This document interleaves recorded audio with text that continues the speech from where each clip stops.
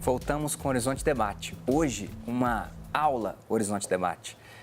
Terminamos o primeiro bloco dizendo da questão da representação, que eu acho que é o que vai nortear, de alguma forma, essa nossa reflexão sobre a proclamação da República.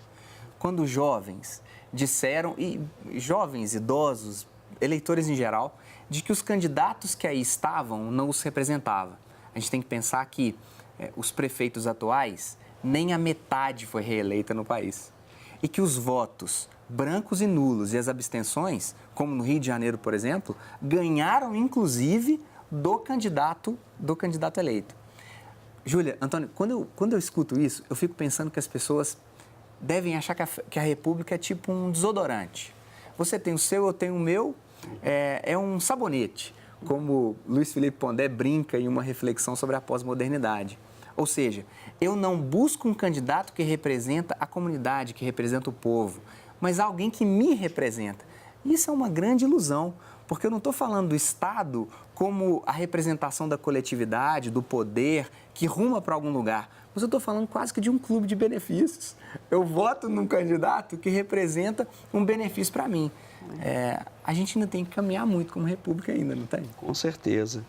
E a república, essa ideia de república surgida lá na antiguidade, e a república era o governo da polis, né? O governo daquela unidade política autônoma, né?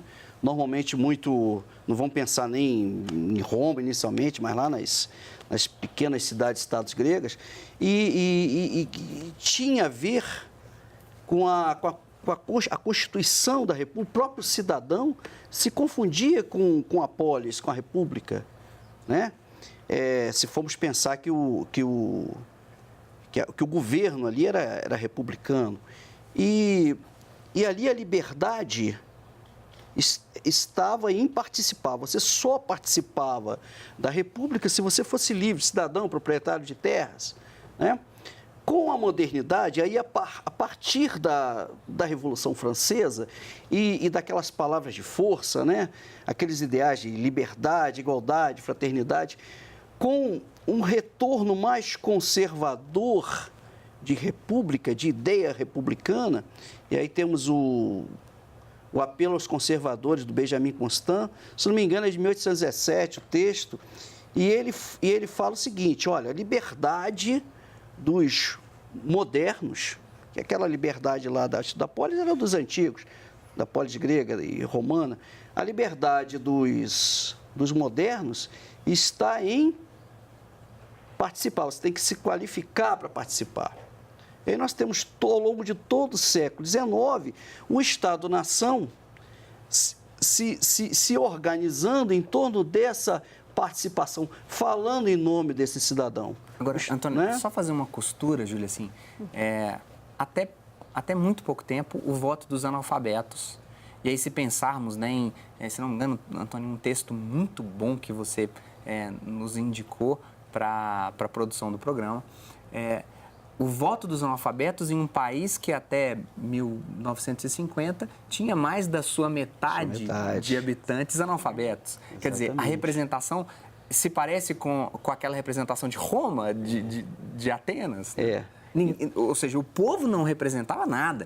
E quando vemos hoje ainda aquele político levando o ônibus lá na comunidade para trazer o povo para votar, eu acho que parece muito com isso, né, Ju? Parece, com certeza. Na verdade, no Brasil, o voto sempre foi um voto útil. Uhum. A gente fala muito no Império do voto censitário. Ele nasce para definir quem vota, quem não vota, quem é que pode ser eleito, quem é que não pode ser eleito. Mas, na prática, a partir do momento que você tem uma inflação, você não se corrige, você tem um interesse na abrangência, você começa a levar o povo para votar. Então, é bem essa ideia de pôr a gente no ônibus, né? Agora, as pessoas, elas de fato não são ingênuas. Eu acho que existe uma crise política desse sistema político partidário visível nesse número de brancos, nulos, de abstenções que a gente tem, que é assustador, né?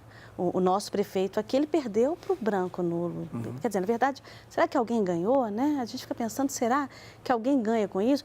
Porque existe uma crise as pessoas, elas sabem o que elas querem. Você sabe, eu sei, o Antônio sabe, todo mundo sabe o que quer. E todo mundo espera alguma coisa do governo.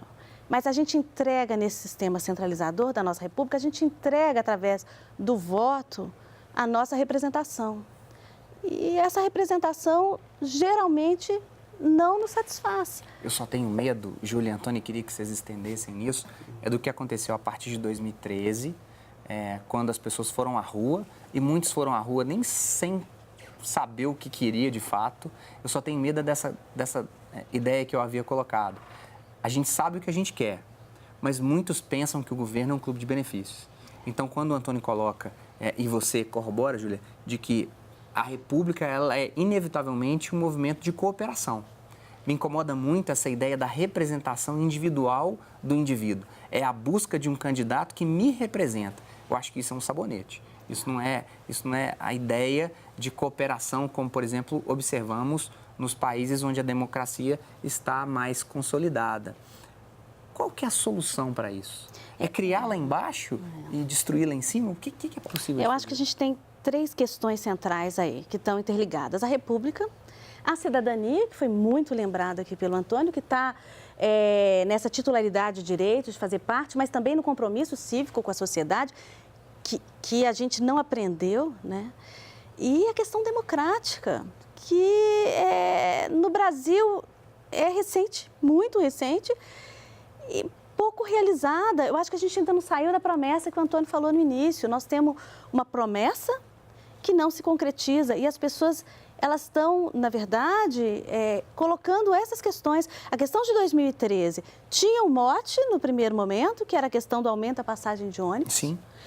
E ela virou um palco para todas as insatisfações da sociedade e acabou, num determinado momento, sendo engolida pela mídia e acabou enfraquecendo. E a gente teve um registro disso de novo em 2014, com esse antipetismo, no sentido, olha, eu apostei no PT, ele não me representa, eu detesto o PT agora. Mas, na verdade, não é uma questão de representar. A gente não pode esperar ser representado. Eu acho que é isso que você está querendo. A gente tem que assumir o nosso papel na sociedade de agente, de ator, partícipe, né? Eu tenho um compromisso com isso, quer dizer, eu não tenho que esperar que o Estado me dê nada. Na Constituição, a Carta Magna está lá uma série de direitos que não são consagrados na vida real. Agora, Antônio, Frei Beto coloca que a gente começa a votar o sistema com dignidade. Eu acho que não há suspeita quanto ao processo eletrônico da apuração, acredito que não. Então ele vai dizer que votamos e temos um processo de dignidade, mas a gente não vive a democracia com dignidade. O que fazer? Eu acredito que isso aí envolve uma crise da própria identidade e na pós-modernidade. Então, só retornando lá, se na Grécia você era obrigado a participar como cidadão, a sua condição de cidadão era dada pela participação, e na modernidade, na pós-Revolução Francesa, você participava a partir da sua qualificação, porque você produz muitos quintais de mandioca, ou tem uma determinada renda, ou sabe ler e escrever já durante a República, né? Na pós-modernidade, as identidades estão bastante fragmentadas. Então, aquela promessa do Estado-nação, de você participa porque você é cidadão, ela cai no vazio.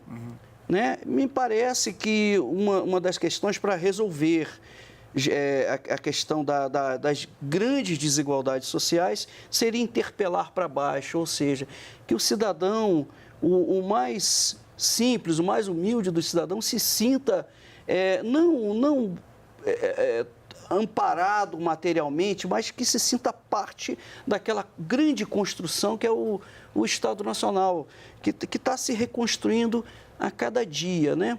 E outra coisa, é a questão dos movimentos sociais. Me parece que uma grande saída para essa crise de identidade é a ação dos movimentos sociais. Inscrever, porque a sua demanda só será atendida ou será estudada se você inscrevê-la na agenda pública.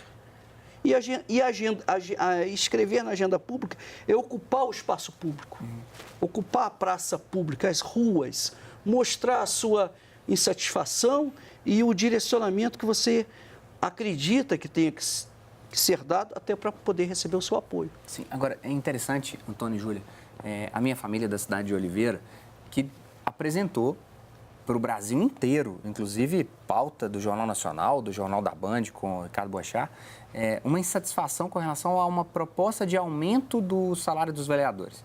E aí foram para a Câmara Municipal, aproveitaram o Carnaval de Oliveira, que com todo respeito é o melhor carnaval de Minas, para poder ir para a rua, ir para a praça, para poder fazer abaixo-assinado. Legal. A maioria dos vereadores foi reeleita. Pois é. Se em Santa Luzia e Ribeirão das Neves tivemos um índice de 80% de renovação, em Contagem 50%, em Belo Horizonte mais de 50%, a maioria dos vereadores foi reeleita. Eu às vezes não entendo essa convulsão que leva à representação, as pessoas irem para a rua, mas depois um recrudescimento. Eu não consigo entender muito bem ainda se isso é da nossa característica de não engajamento ou falta de educação. O que você acha, Júlia? Não acho assim. Eu aposto na ocupação do espaço público, no povo, no saber. Eu acho que essa coisa de tutelar o povo, que tem que ensinar o que sabe melhor, na verdade, não cola mais. As pessoas hoje fazem universidade, elas leem, elas têm acesso à internet. Quer dizer, só quem não se informa é porque está completamente desinteressado, não quer, não se interessa por isso, se desliga. Porque hoje é quase que impossível você estar antenado.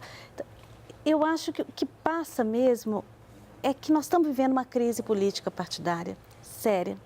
Então, essa renovação ela não vem da base. Nós estamos com um político que ele tem uma tradição familiar, a mulher entra para a política porque ela vai fazer sustentação eleitoral para o marido, ou porque ela tem uma carreira pública e é uma consequência natural. Então, as pessoas elas entram na política com uma proposta mesmo de trabalho, de emprego, de dinheiro. Sim. Tem uma proposta tramitando no Rio de Janeiro de um salário vitalício para o vereador. Vamos voltar para discutir isso no terceiro bloco. Antônio, Júlia, se a gente está falando de representação como desodorante, acho que estamos todos mal cheirosos. Vamos para um breve intervalo. Até daqui a pouco.